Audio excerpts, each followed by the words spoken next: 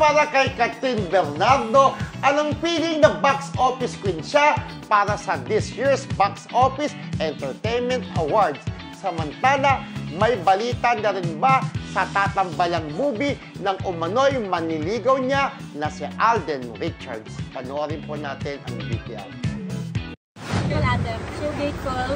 Ang Guillermo naman siyempre is experience together. Tapos after Process, maganda itong classing events. I mean, isa sila sa sumusuporta sa ating lahat. Gagawa rin kayo na frequent ni Alden? Sorry, may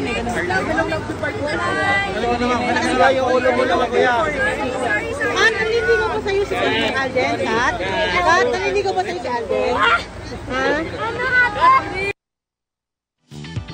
Alam mo maganda na rin yun na bitin. Parang ayaw niya papag-usapan siguro. Baka yun ang utos sa kanila ng Star Cinema or ng mga production na wag mo nang ikuperma. Parang gano'n, di ba? Kasi ma-preempt eh. Baka yung pagkasabi hindi na di ba? Kung may confirmation na talaga na gagawa sila. Although, naniniwala kung may plano talagang gagawin nila, di ba? Kami rin, di ba? Pero ang hirap talaga mag-ambush interview na ganyan, di ba? Hinihila talaga. Pero bilib din ako sa mga kasamaan natin na hanggat kaya nilang ilusot na makapagtanong sila ng issue.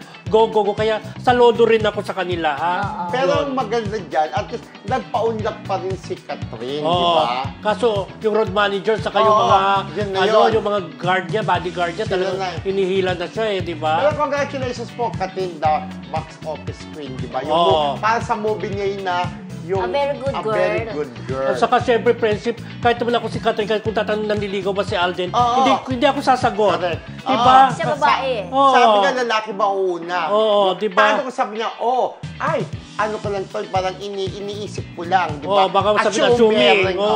Assuming ko naman. Parang galit na naman tayo. yung mga fans ng Aldab. Pagka ganun, sumagot siyang oo. Alam mo, yung nga lang, di ba, yung pag-alalay lang ni Alden sa stage sa Box Office King and Queen, di ba? Parang, nag-i-issue na, tinatawag na naman na user si Alden, nakakaloka. Alam mo, ganyan sila. Hindi magiging user isang Alden dahil isa siya sa pinakasikat at pinakamayaman ni young actor. Correct, di ba? May karapatan. May karapatan siya. Kung maliligaw siya, hindi niya isipin na lestar ako. Hindi siya starlet. Hindi siya starlet, di ba? Box Office King nga, Kaya ang problema dyan, Box Office King na nga, sikat, mayaman, iniintiga pa rin na user-friendly, di ba? Just ko. Pero alam mo, nanibago ako sa Box Office King, di ba dati nung araw, friendship, may upuan talaga, may corona talaga. Bakit yung trophy na lang, nagtipid ba sila? Ganun pag sa gitna, may mesas, may corona, may bulaklak. Baka siguro nagbabago na talaga. Ang title ng Box Office King and Queen. Baka naman dahil siguro nagka-pandemic, kayo lang bumalik ulit, kaya siguro ay tipid muna natin. Pero hindi ako sure kasi sa video ko na nakikita, kaya lang hinahanap po yung corona nakaupo sila talala, parang ganon. Yun. Parang wala rin ako nakita sa mga video, no? Kasi after na yan lang, inabot lang. Tapos nag-speech na, di ba? Kasi after na ni Catherine, dapat may corona, tapos may sas, di ba? Tapos nakaupo sila sa upuan. Yung ikaw yung king at saka yung reyna, di ba?